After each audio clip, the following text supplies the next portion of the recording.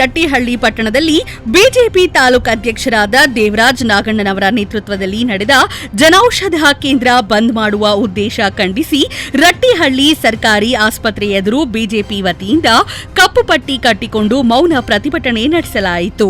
Rattihalli block BJP ಅಧ್ಯಕ್ಷರಾದ ದೇವರಾಜ್ ನಾಗಣ್ಣನವರು ಮಾತನಾಡಿ, ಪ್ರಧಾನಮಂತ್ರಿ ನರೇಂದ್ರ ಮೋದಿರವರು ಜನಪರ ಕಾರ್ಯಗಳಲ್ಲಿ ಒಂದಾದ ಜನೌಷಧಿ ಮಳಿಗೆಗಳನ್ನು ದೇಶದ ಬಡ ಜನರಿಗೆ ಅನುಕೂಲವಾಗಲಿ ಎಂದು ದೇಶಾದ್ಯಂತ ಪ್ರಾರಂಭ ಮಾಡಲಾಯಿತು.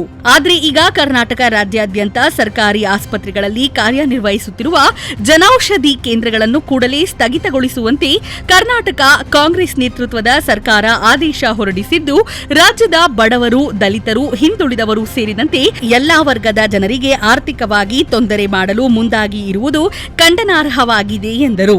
ರಟ್ಟಿಹಳ್ಳಿ ಬ್ಲಾಕ್ ಬಿಜೆಪಿ ಕಾರ್ಯದರ್ಶಿ ಸುನಿಲ್ ನಾಡಿಗೇರ್ ಮಾತನಾಡಿ, ಜನೌಷಧ ಕೇಂದ್ರವನ್ನು ಅಂದಿನ ಸಚಿವರಾಗಿ ಇರುವಂತಹ ಅನಂತ್ ಕುಮಾರ್ ಹೆಗಡೆಯವರು ಈ ಯೋಜನೆ ತರಲು ನಮ್ಮ ಪ್ರಧಾನಿಯವರಿಗೆ ಈ ಯೋಜನೆ ಬಗ್ಗೆ ಮನವರಿಕೆ ತಂದು ಇದರಿಂದ ದೇಶದ ಪ್ರತಿಯೊಬ್ಬರಿಗೂ ಕಡಿಮೆ ದರದಲ್ಲಿ ಔಷಧಿ ಸಿಗಲಿ ಎಂದು ಈ ಯೋಜನೆ ತಂದಿದ್ದರು ಎಂದರು. ಇದರಿಂದ ಅನಾರೋಗ್ಯದಿಂದ ಬಳಲುತ್ತಿದ್ದ ರೋಗಿಗಳಿಗೆ ಕಡಿಮೆ ದರದಲ್ಲಿ ಔಷಧಿ ಸಿಗುವುದರಿಂದ ಇದು ಒಂದು ಆಶಾಕಿರಣವಾಗಿತ್ತು. ಇದನ್ನು ರಾಜ್ಯ ಸರ್ಕಾರ ಬಂದ್ ಮಾಡಲು ಹೊರಟಿದೆ. ಇದನ್ನ ಕೈಬಿಡಬೇಕು ಎಂದು ಹೇಳಿದರು. ಪಾಲಾಕ್ಷ ಗೌಡ ಪಾಟೀಲ್ ಮಾತನಾಡಿ, ನಮ್ಮ ದೇಶದ ಪ್ರಧಾನಮಂತ್ರಿ ನರೇಂದ್ರ ಮೋದಿರವರು ಬಡವರ ಕಷ್ಟ ನೋವು ಗೊತ್ತಾಗಿ ಕಡಿಮೆ ದರದಲ್ಲಿ ಔಷಧಿಗಳು ಸಿಗಲಿ ಎಂದು ಜನೌಷಧಿ ಕೇಂದ್ರ ಸ್ಥಾಪಿಸಿದ್ರು. ಇದು ನಮ್ಮ ದೇಶದ ಪ್ರತಿಯೊಬ್ಬ ರೋಗಿಗಳಿಗೆ ಕಡಿಮೆ ದರದಲ್ಲಿ ಸಿಗುವ ಜನೌಷಧಿ ಕೇಂದ್ರವು ಒಂದು ವರದಾನವಾಗಿತ್ತು. ಇದನ್ನು ಬಂದ್ ಮಾಡಲು ಹೊರಟಿದೆ. ರಾಜ್ಯ ಕಾಂಗ್ರೆಸ್ ಸರ್ಕಾರ ಈ ವಿಚಾರಗಳನ್ನು ಕೈಬಿಡಬೇಕು. ಇಲ್ಲದಿದ್ದರೆ ನಮ್ಮ ಪಕ್ಷದ ವತಿಯಿಂದ ರಾಜ್ಯಾದ್ಯಂತ ಉಗ್ರ ಹೋರಾಟ ಮಾಡಲಾಗುವುದು ಎಂದು ಹೇಳಿದರು. ನಂತರ ರಟ್ಟಿಹಳ್ಳಿ ಉಪ ತಹಸೀಲ್ದಾರರಾದ ಜಿಟಿ ಕಟ್ಟಿಮನಿಯವರಿಗೆ ಮನವಿ ಅರ್ಪಿಸಿದರು.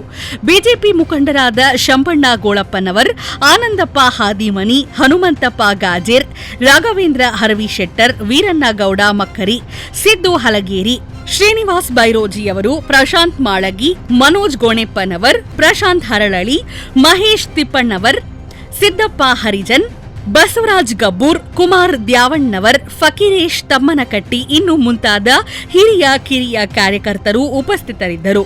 ಮೋದಿ ಅವರು ಜನೌಷಧಿ ಕೇಂದ್ರ ಮಾಡ್ಯಾರ, ನಿಮ್ಗೆಲ್ಲರಿಗೂ ಗೊತ್ತೈತಿ. ಸಿದ್ದರಾಮಯ್ಯವ್ರನ್ನ ವಾಪಸ್ ತಕನಾಕತ್ತಾರ. ಅಂದ್ರೆ 75% ಕೊಡ್ತಾ ಇದ್ದವ್ರು 25% ಕೊಟ್ಟರೆ ನಿಮ್ಗೆ ಗುಳಿಗೆ ಸಿಗೋದು, ಹೊರಗೆ 100 ರೂಪಾಯಿ ಸಿಗೋದು, ಇಲ್ಲಿ 25 ರೂಪಾಯಿ ಸಿಗೋದು. ಅವ್ರ ವಾಪಸ್ ತೆಗೆದು ಮತ್ತೆ 100 ರೂಪಾಯಿ ಸಿಗ್ಬೇಕು ನಿಮಗೆ. ಅಂದ್ರೆ ಬೇರೆ ಹಂತದಾಗ ಲಾಬಿಗಳಿಗೆ ಮಣದಾರ ಅವರು. ಅದೆಲ್ಲರಿಗೂ ಸ್ವಲ್ಪ ಮನವರಿಕೆ ಹೇಳಕ್ ಅಮ್ಮ, ನಾವು ಇವತ್ತು ನಿಮ್ಗೆ ಏನ್ ಹೇಳಕ್ ಬಂದೇವೆ ಅಂದ್ರ, ಪ್ರಧಾನಮಂತ್ರಿ ನರೇಂದ್ರ ಮೋದಿ ಜನೌಷಧಿ ಕೇಂದ್ರ ಮಾಡಿದ್ರು. ನಿಮ್ಗೆ ಆಸ್ಪತ್ರೆ ಒಳಗ 100 ರೂಪಾಯಿ ಸಿಗದಂತ ಔಷಧಿ 25 ರೂಪಾಯಿ ಸಿಗ್ತಾ ಇತ್ತು. ಇವ್ರದನ್ನ ರದ್ದು ಮಾಡಿ ಮತ್ತು ಸಹಿತ 100 ರೂಪಾಯಿ ಸಿಗ್ಬೇಕು, ಆ ಟೈಪ್ ಮಾಡಾಕಿದ್ದಾರ. ಅದಕ್ಕೆ ನಿಮ್ಗೆಲ್ಲರಿಗೂ ಹೇಳಕ್ ಬಂದ ನಾವು ಈ ಜನೌಷಧಿ ಕೇಂದ್ರವನ್ನ ಅನಂತ್ ಕುಮಾರ್ ಅವರು ತಮ್ಮ ಮನೋ ಇಚ್ಛೆಯಿಂದ ಸನ್ಮಾನ್ಯ ಶ್ರೀ ನರೇಂದ್ರ ಮೋದಿ ಅವರಿಗೆ ಮನವರಿಕೆ ಮಾಡಿಕೊಟ್ಟು ದೇಶಾದ್ಯಂತ ಈ ಜನೌಷಧಿ ಕೇಂದ್ರಗಳು ಜಾರಿಗೆ ಬರಲು ಮತ್ತು ಅಸ್ತಿತ್ವ ಕಾಣಲು ಕೂಡ ಕಾರಣ ಆಗಿತ್ತು. ಆದರೆ ರಾಜ್ಯದಲ್ಲಿ ಅಸ್ತಿತ್ವಕ್ಕೆ ಬಂದಿರುವಂತಹ ರಾಜ್ಯ ಕಾಂಗ್ರೆಸ್ ಸರ್ಕಾರ, ಸಿದ್ದರಾಮಯ್ಯ ನೇತೃತ್ವದ ಸರ್ಕಾರ ಇವತ್ತು ಆ ಬಡ ಜನರ ಆರೋಗ್ಯದ ಮೇಲೆ ಪೆಟ್ಟನ್ನು ಕೊಡ್ಲಿಕ್ಕೆ ಹೊರಟಿದೆ. ಎಲ್ಲ ವರ್ಗದ ಜನರ ಆರ್ಥಿಕತೆಯ ಮೇಲೆ ಪೆಟ್ಟನ್ನು ಕೊಡ್ಲಿಕ್ಕೆ ಹೊರಟಿದೆ. ಏನು ಕಾರಣ ಏನಂತಂದರೆ, ಅವರಿಗೆ ಈ ಸರ್ಕಾರಿ ಆಸ್ಪತ್ರೆಗಳಲ್ಲಿ ಜನೌಷಧಿ ಕೇಂದ್ರ ಇರೋದು ಸನ್ಮಾನ್ಯ ಶ್ರೀ ನರೇಂದ್ರ ಮೋದಿ ಅವರಿಗೆ ಕ್ರೆಡಿಟ್ ಹೋಗುತ್ತೆ ಅನ್ನೋ ಒಂದು ದುರುದ್ದೇಶ ಅವರಲ್ಲಿ ಮೂಡಿದೆ. ಜನರ ಆರೋಗ್ಯದ ಬಗ್ಗೆ ಕಾಳಜಿ ಇಲ್ಲ. ರಾಜಕೀಯವಾಗಿ ಮೋದಿಯವರ ಹೆಸರು ಎಲ್ಲೂ ಕಾಣಬಾರ್ದು, ಮೋದಿಯವರ ಚಿತ್ರ ಎಲ್ಲೂ ಕಾಣಬಾರ್ದು ಅನ್ನೋ ಆ ಕೆಟ್ಟ ನಡವಳಿಕೆಯ ದುಷ್ಟ ಸಿದ್ದರಾಮಯ್ಯನ ಆದೇಶ ಏನಿದೆ ಅದು ಇವತ್ತು ಎಲ್ಲ ಕರ್ನಾಟಕದ ಎಲ್ಲ ರಾಜ್ಯದ ಎಲ್ಲ ಸರ್ಕಾರಿ ಆಸ್ಪತ್ರೆಗಳಲ್ಲಿ ಕಂಡುಬಂದಿದೆ.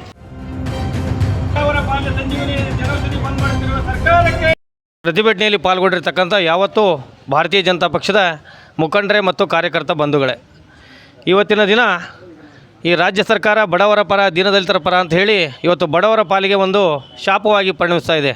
ಇಡೀ ದೇಶದಲ್ಲಿ ಇಡೀ ರಾಷ್ಟ್ರಕಂಡ ನಾಯಕ ನರೇಂದ್ರ ಮೋದಿಯವರ ಯೋಜನೆಗಳು ಇವತ್ತು ಮೇಲ್ವರ್ಗದ ಅಷ್ಟೇ ಅಲ್ಲ, ಕೆಳವರ್ಗದವ್ರಿಗೂ ಬಡವರ ಪಾಲಿನ ಹೊರಗಿರ್ತಕ್ಕಂಥ ಜನೌಷಧಿ ಕೇಂದ್ರಗಳನ್ನು ಮುಚ್ಚುವಂಥ ಒಂದು ನಿರ್ಧಾರವನ್ನು ಮಾಡಿದೆ. ಯಾಕೆ ಈ ನಿರ್ಧಾರವನ್ನು ಮಾಡ್ತಾ ಇದೆ ಸಿದ್ದರಾಮಯ್ಯ ಸರ್ಕಾರ? ಇವತ್ತು ಅನ್ನಭಾಗ್ಯ ಅಂತೇಳಿ ಇವತ್ತು 10 kg ಮೋದಿಯವ್ರು ಕೊಟ್ಟ ಅಕ್ಕಿಗೆ ತಮ್ಮ ಹೆಸರನ್ನು ಹೇಳಿಕೊಂಡು ಬೆಳೆ ಬೇಯಿಸ್ಕೊತ ಇರ್ತಕ್ಕಂಥ ಸಿದ್ದರಾಮಯ್ಯ ಸರ್ಕಾರ ಇವತ್ತು ಬಡವರ ಪಾಲಿನ ಹೊರಗಿರ್ತಕ್ಕಂಥದ್ದು ಇವತ್ತು ಜನೌಷಧಿ ಕೇಂದ್ರಗಳು ಇಡೀ ದೇಶದಲ್ಲಿ ಇವತ್ತು ಪ್ರಾರಂಭ ಆದಾಗ 3000ಕ್ಕೂ ಹೆಚ್ಚು ಜನೌಷಧಿ ಕೇಂದ್ರಗಳು ದೇಶದಲ್ಲಾದರೆ ರಾಜ್ಯದಲ್ಲಿ 250ಕ್ಕೂ ಹೆಚ್ಚು ಜನೌಷಧಿ ಕೇಂದ್ರಗಳು ಇವತ್ತು ತೆಗೆಯಲ್ಪಟ್ಟಿದೆ. ಈ ಜನೌಷಧಿ ಕೇಂದ್ರಗಳ ಮೂಲಕ ಇವತ್ತು ಬಡವರಿಗೆ ಇವತ್ತು ಒಂದು ಹೃದಯ ರೋಗ ಸಮಸ್ಯೆ ಇರ್ಬೋದು, ಕ್ಯಾನ್ಸರ್ ಇರ್ಬೋದು, ಹಲವಾರು ರೋಗಗಳಿಗೆ ಇವತ್ತು ರಾಮಬಾಣವಿರ್ತಕ್ಕಂಥದ್ದು 75% ಇವತ್ತು ಖಾಸಗಿಯಾಗಿ ಸಿಗ್ತಕ್ಕಂಥ ಔಷಧಿಗಳಿಗೆ ಕಂಪೇರ್ ಮಾಡಿದರೆ 75% ಕಡಿಮೆ ಇವತ್ತು ಜನೌಷಧಿ ಕೇಂದ್ರಗಳ ಮೂಲಕ ಇವತ್ತು ನಮ್ಮ ರೈತರಿಗೆ ಇವತ್ತು ಬಡವ ಬಲ್ಲಿಗರಿಗೆ ಭಾಳ ಉಪಯೋಗ ಆಗಿತ್ತು. ಈ ಒಂದು ಯೋಜನೆಯಿಂದ ರಾಜ್ಯ ಸರ್ಕಾರಕ್ಕೆ ಏನಾಗಿದೆ ಅಂತಂದರೆ ಇವತ್ತು ಮೋದಿಯವರ ಹೆಸರು ಬರ್ತದೆ. ಮೋದಿಯವರ ಒಂದು ಅವ್ರ ಕನಸಿನ ಒಂದು ಯೋಜನೆಗೆ ಇವತ್ತು ಕೊಕ್ಕೆ ಹಾಕುವಂಥ ಕೆಲಸವನ್ನು ಮಾಡ್ತಾ ಇದೆ. ಮಾನ್ಯ ಸಿದ್ದರಾಮಯ್ಯವರು ಇವತ್ತು ಬಡವರ ಪರ, ದೀನದಲ್ಲಿರೋ ಪರ, ಅಹಿಂದ ವರ್ಗದ ನಾಯಕ ಅಂತಾರೆ.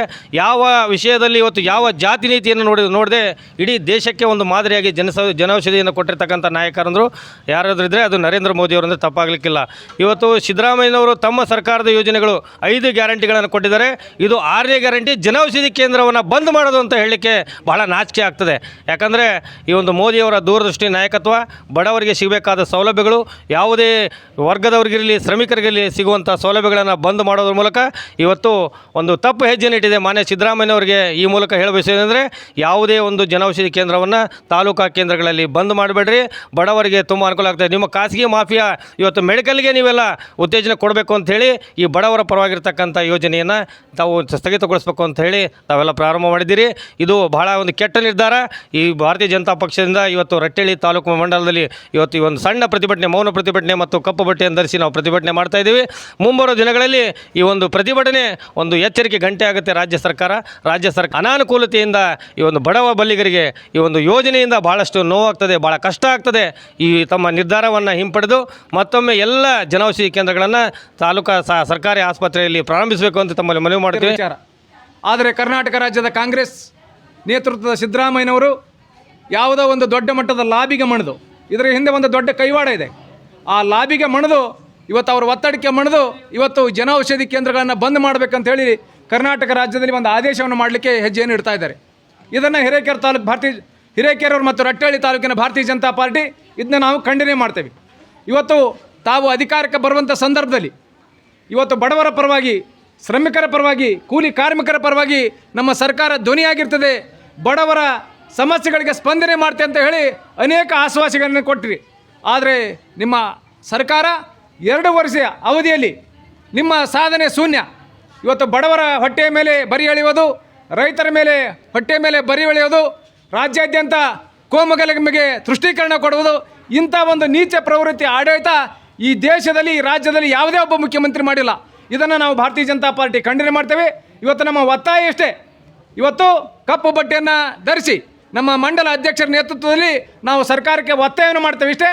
ತಕ್ಷಣ ಏನು ನೀವು ಬಡವರಿಗೆ ನ್ಯಾಯವನ್ನು ಕೊಡಲಿಕ್ಕೆ ಹೊಂಟಂಥ ಸನ್ಮಾನ್ಯ ಪ್ರಧಾನಮಂತ್ರಿ ನರೇಂದ್ರ ಮೋದಿಯವರ ಒಂದು ಯೋಜನೆಗೆ ತಾವು ಅದಕ್ಕೆ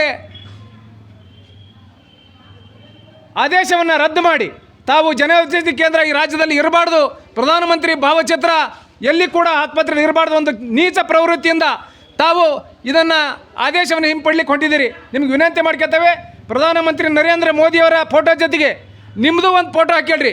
ನಾವು 75% ಫ್ರೀ ಕೊಡ್ತೇವೆ, ನೀವು ಇನ್ನು 25% ಹಾಕಿ ರಾಜ್ಯದಲ್ಲಿ ಇರ್ತಕ್ಕಂಥ ಸರ್ಕಾರಿ ಆಸ್ಪತ್ರೆಯಲ್ಲಿ ಬಡವರಿಗೆ ಉಚಿತ ಔಷಧಿ ಕೊಡುವಂಥ ಒಂದು ತಾಕತ್ತನ್ನು ನೋಡ್ತೇವೆ. ಅದಕ್ಕಾರ ಅದನ್ನು ತಾವು ಮುಂದೆ ಬರ್ರಿ, ನಿಮ್ಮದು ಫೋಟೋ ಹಾಕ್ಯಂದು ಮಾಡಿರಿ.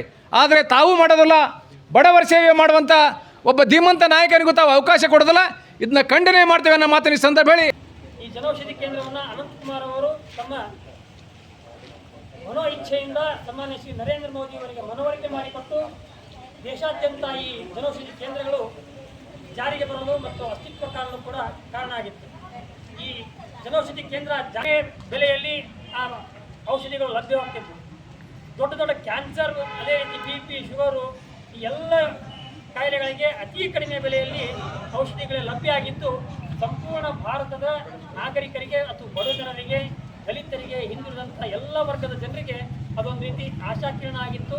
ಆರೋಗ್ಯದ ದೃಷ್ಟಿಯಲ್ಲಿ ಆರ್ಥಿಕವಾಗಿ ನಾವು ಔಷಧವನ್ನು ತೆಗೆದುಕೊಳ್ಬೋದು ಅನ್ನೋ ಕೂಡ ಆ ಮನೋಧೈರ್ಯ, ಸದೃಢತೆ ಆ ಜನರಲ್ಲಿ ಬಂದಿತ್ತು.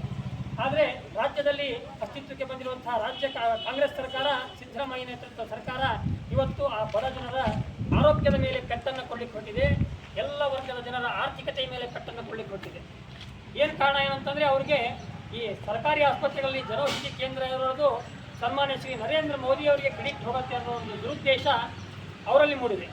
ಜನರ ಆರೋಗ್ಯದ ಬಗ್ಗೆ ಕಾಳಜಿ ಇಲ್ಲ, ರಾಜಕೀಯವಾಗಿ ಮೋದಿಯವರ ಹೆಸರು ಎಲ್ಲೂ ಕಾಣಬಾರ್ದು, ಮೋದಿಯವರ ಚಿತ್ರ ಎಲ್ಲೂ ಕಾಣಬಾರ್ದು ಅನ್ನೋ ಆ ಕೆಟ್ಟ ನಡವಳಿಕೆಯ ದುಷ್ಟ ಸಿದ್ದರಾಮಯ್ಯನ ಆದೇಶ ಏನಿದೆ ಅದು ಇವತ್ತು ಎಲ್ಲ ಕರ್ನಾಟಕದ ಎಲ್ಲ ರಾಜ್ಯದ ಎಲ್ಲ ಸರ್ಕಾರಿ ಆಸ್ಪತ್ರೆಗಳಲ್ಲಿ ಕಂಡುಬಂದಿದೆ.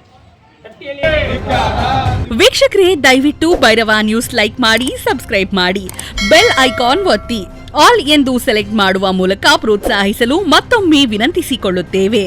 ಭಾರತ್ ಮಾತಾ ಕಿ ಜೈ. ಭಾರತ್ ಮಾತಾ ಕಿ ಜೈ.